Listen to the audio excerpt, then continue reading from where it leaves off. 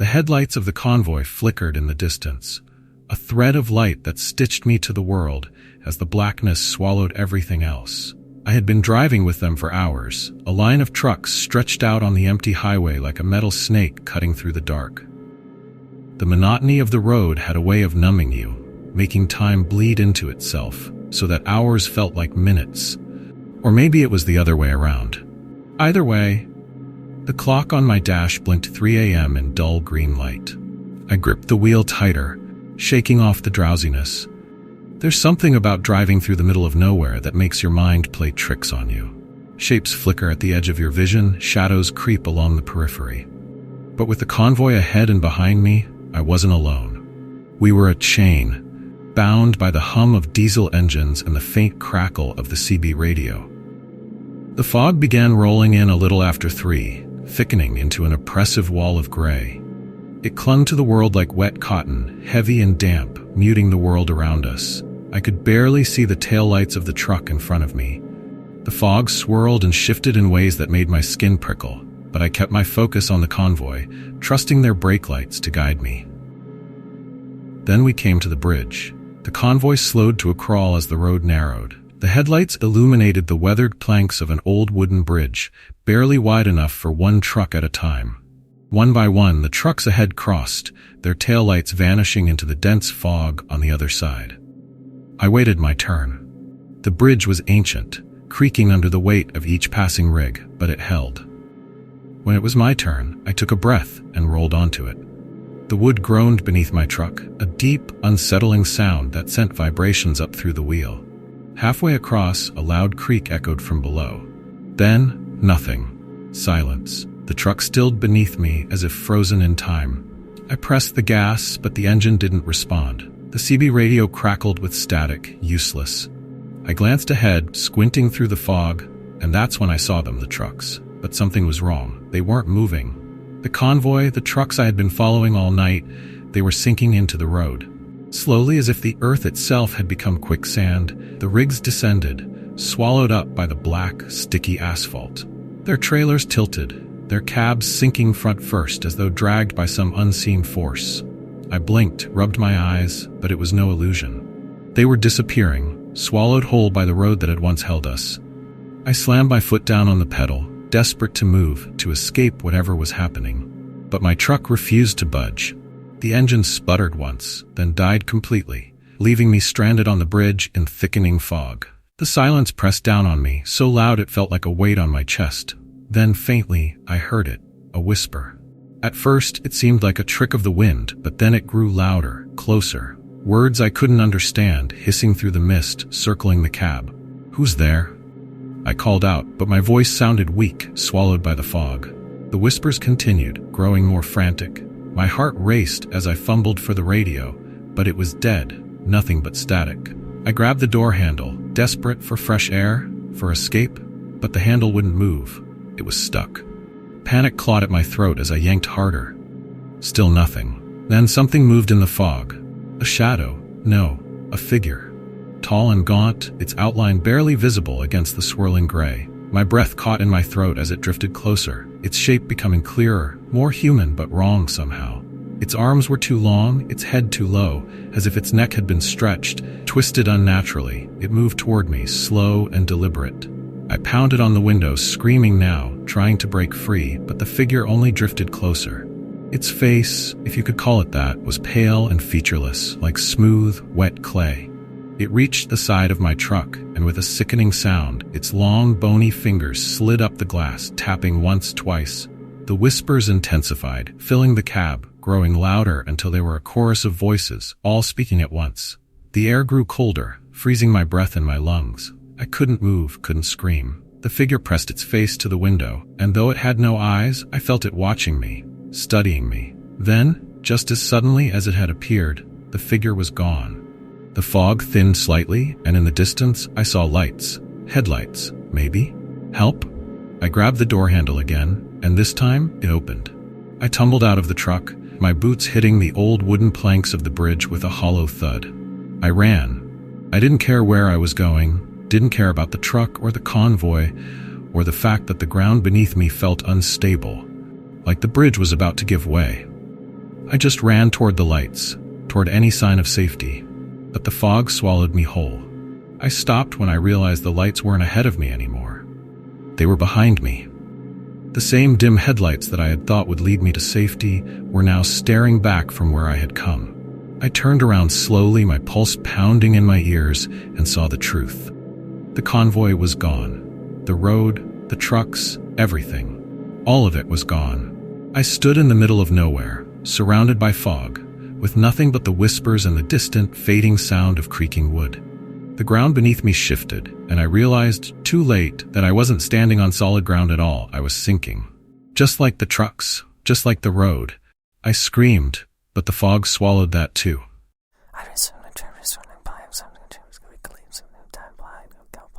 The desert stretched out before me, a vast, barren expanse of nothingness.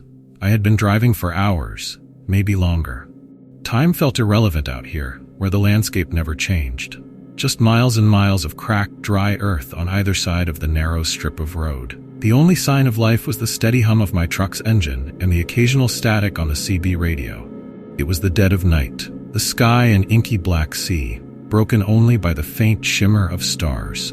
No towns, no streetlights, nothing but darkness swallowing the road ahead. I'd done this route dozens of times, long hauls through the desert, where the isolation gets inside your head if you let it. I didn't mind it much. Out here, there was no one to bother you. No noise, no distractions. But tonight felt different. There was something in the air, something that gnawed at the edge of my awareness. The desert was never welcoming, but tonight it felt hostile. Like it was waiting for something, or someone. The CB crackled, a burst of static that startled me out of my thoughts. I glanced at the radio, frowning. No one should have been out here this late.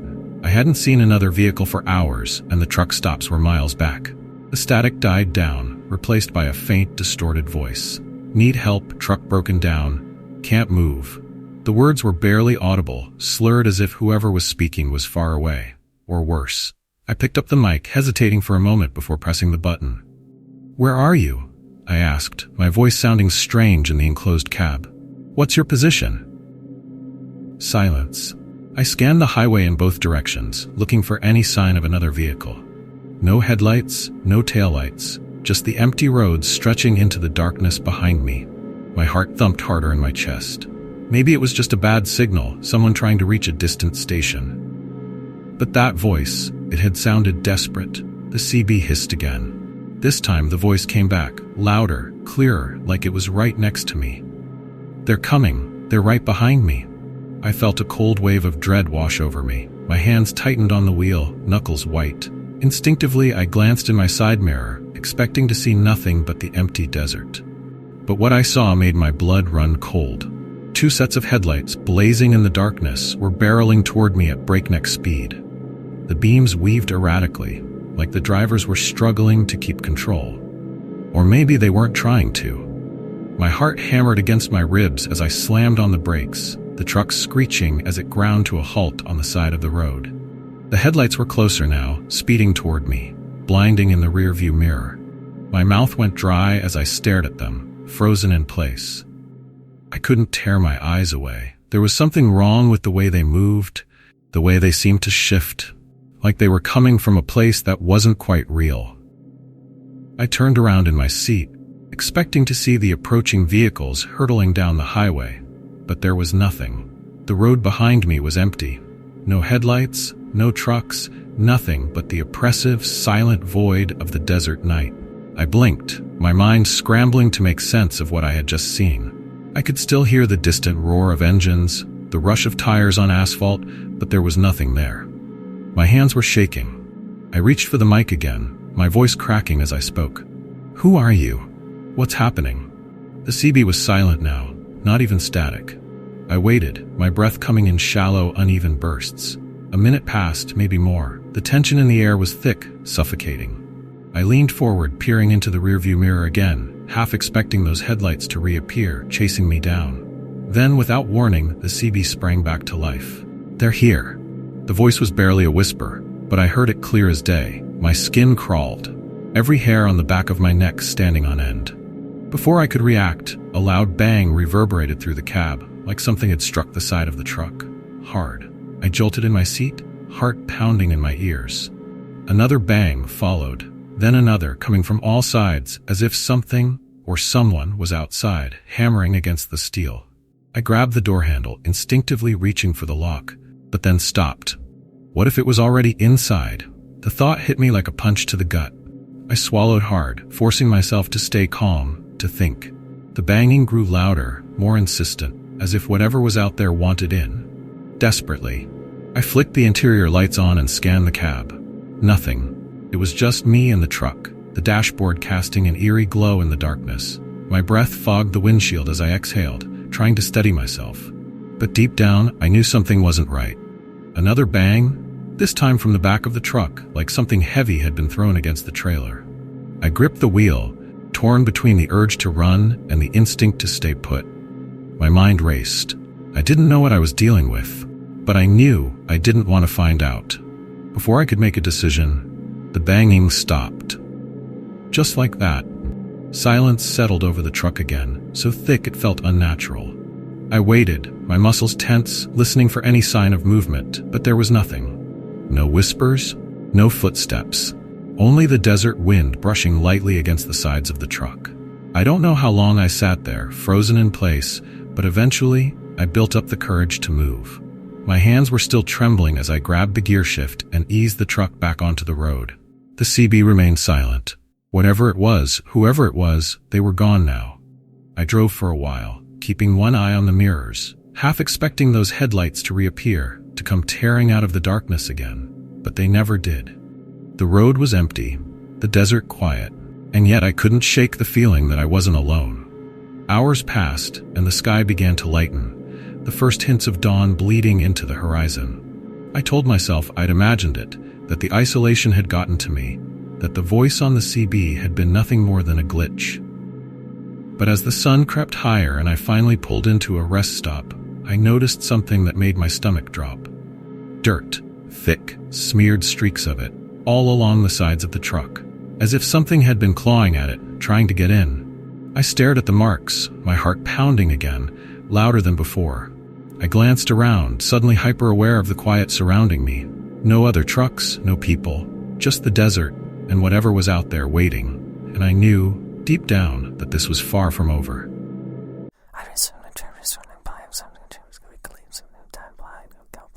It was one of those nights. The rain came down in sheets, a wall of water that pounded the roof of my truck so hard I could barely hear the engine hum beneath it. My headlights cut through the deluge, but the visibility was next to nothing. Just the faint outline of the road ahead and the occasional reflection of the yellow lines streaking past. Every instinct told me to pull over and wait out the storm, but I had a deadline to meet and miles to go before I could even think about rest. For years, I'd followed the same unwritten rule: never pick up hitchhikers. Out here on these desolate highways, you see all sorts of things. A lonely figure by the roadside, a hand stretched out in desperation, but you learn to ignore it. Truckers share stories, things that crawl under your skin late at night when you're alone in the cab. Maybe that's why I'd always kept my doors locked and my eyes straight ahead. But tonight felt different.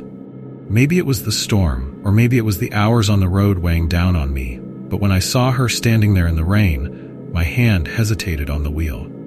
She was drenched, her hair matted to her face, pale as a ghost. She held a cardboard sign that simply read, "Help," the letters smudged by the downpour. My stomach twisted with indecision. I could almost hear my father's gruff voice in the back of my mind. "Never pick up a stranger, Jim. You never know who they really are." But something about her stopped me cold. She didn't look dangerous. If anything, she looked fragile, like the storm would swallow her whole if I kept driving. Before I knew it, I was slowing down, the wipers barely keeping pace with the rain. The truck came to a stop, and I leaned over, rolling down the window just enough to speak through the crack. "Need a lift?" I shouted over the roar of the storm. She didn't answer, just nodded, her eyes wide and unblinking, water dripping from her face in steady streams. She opened the door and climbed in, silent as a shadow, the cab filled with the smell of wet clothes and earth. She sat stiffly in the passenger seat, hands folded neatly in her lap, her soaked clothes clinging to her thin frame. I cleared my throat, feeling an odd tension settle between us. "Rough night, huh?" I asked, trying to make conversation, but she didn't respond. She didn't even look at me, just stared straight ahead, her gaze fixed on the road, those wide eyes glassy and distant. Her silence unnerved me, but I chalked it up to shock. Maybe she'd been out there for a long time, stranded. Maybe she'd been through something awful. I hit the gas, the truck lurching forward as the rain continued to hammer the windshield. 15 minutes passed in thick, suffocating quiet. Every few seconds I stole a glance at her, trying to make sense of the strange atmosphere in the cab. Her hair, now slicked back, revealed a pale face, too pale. Her skin was almost translucent in the dim light from the dashboard. But what got me was her eyes, still wide, still unblinking. The rain pounded harder, if that was even possible, turning the world into an impenetrable wall of water. I glanced over at her again, and that's when I saw it. The seat beside her was dry. Bone dry. Not a single drop of water had soaked into the fabric. My heart stuttered in my chest, and I gripped the wheel tighter. That was impossible. I slowed down, barely keeping the truck steady as my mind raced. My eyes flicked to the rearview mirror, then back to the road. I didn't want to look, didn't want to acknowledge the strange chill that crept up my spine. But curiosity, or maybe fear, got the better of me. I turned to look at her, expecting to see those unblinking eyes staring back at me, but she was gone. The seat was empty. I slammed on the brakes, my heart hammering against my ribs as the truck skidded to a stop in the middle of the road. The rain continued to beat down on the roof, a deafening roar in the silence of the cab.